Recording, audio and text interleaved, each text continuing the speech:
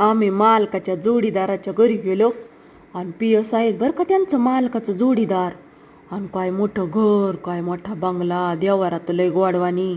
मला मालक म्हणलं त्याची बायको लय मोठी आमदारीनवाणी राहती, चांगली गोल साडी घाल, नको काष्टीसा घालू रोजची. पण म्हणलं नको बाया, चांगलं जावं आपलं. आम्ही कसं जातो खेड्यातली लोक काष्टीच लुगडं घाली देत आहे का नाही. मग मी बी तसंच घालून गेले. आणि लय बारी देवबाई मस्त. देवांना म्हणलं उठा मी आले, घंटी वाजून त्यांना जाग केलं. ते जागेच होते देवेत ते माझं आपलं येड्यावानी.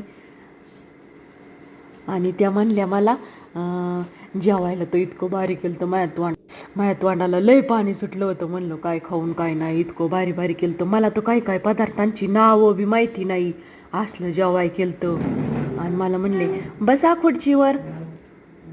मला काय आता खुर्ची, मग बसले बाया बळच खुर्ची. कुठं बसता येतं म्हणलं मांडी घालावा. अगं बाया बाया बाया. आणि तिकडून ती साहेबाची बायको म्हणली नाही हो मांडी नका घालू, सरळ बसा. मग सरळ सरळच बसावं लागलं मला. आणि लय भारी होतं जेवायला. आणि गेली चटणी आणायला घरात. आतमध्ये म्हणली मी चटणी घेऊन येते.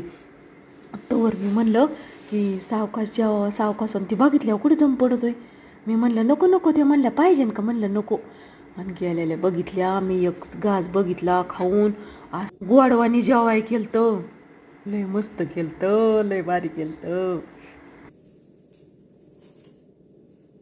मला कुठं दम पडतोय, मी गप्पा गप्पा गप्पा गप्पा गप्पा न गप्पा न गप्पा न गप्पा न गप्पा न गप्पा लय खाल्लं.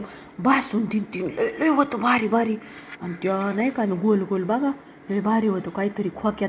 त्या दुसऱ्या डब्यात होतं काहीतरी लय भारी होतं.